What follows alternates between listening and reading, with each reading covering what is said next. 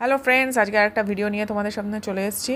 দেখো, জায়গাটা দেখেই কিন্তু তোমরা বেশিরভাগ জনই কিন্তু বুঝেই গেছো যে এটা হলো স্প্ল্যানেডের বাস স্ট্যান্ড, যেখান থেকে এনবিএসটিসি এসবিএসটিসির বাসগুলো কিন্তু ছাড়ে। সব রকমেরই বাস ছাড়ে, কিন্তু এটা হলো এনবিএসটিসির বাস স্ট্যান্ড। তো আমরা চলে গেছিলাম হলো কলকাতা থেকে শিলিগুড়ি যাব বলে, কিন্তু আমাদের সন্ধ্যা 7:30টার সময় এনবিএসটিসির বাস কিন্তু ছিল, যেটা রকেট আর কি। তো এই যে দেখতে পাচ্ছ, পাশে কিন্তু এসবিএসটিসির বাসও দাঁড়িয়ে রয়েছে, কিন্তু আমরা এনবিএসটিসির বাসটা কেটেছিলাম টিকিট 7:30টার সময় ছিল বাসের টাইমিং।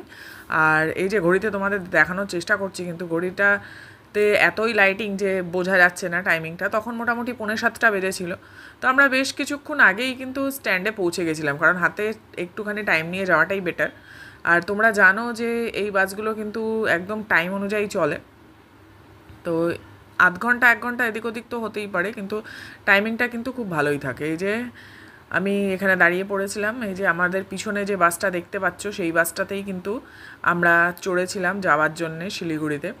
রকেট ছিল, আর পাশে কিন্তু এসবিএসটিসির বাসটা যে ছিল, এই যে এটা হলো ভেতরের সিটগুলো এসি বাস ছিল, কারণ গরম যা পড়েছিল প্রচণ্ড, তো সেখানে এসি ছাড়া চলাটা মুশকিল হয়ে যাচ্ছিল।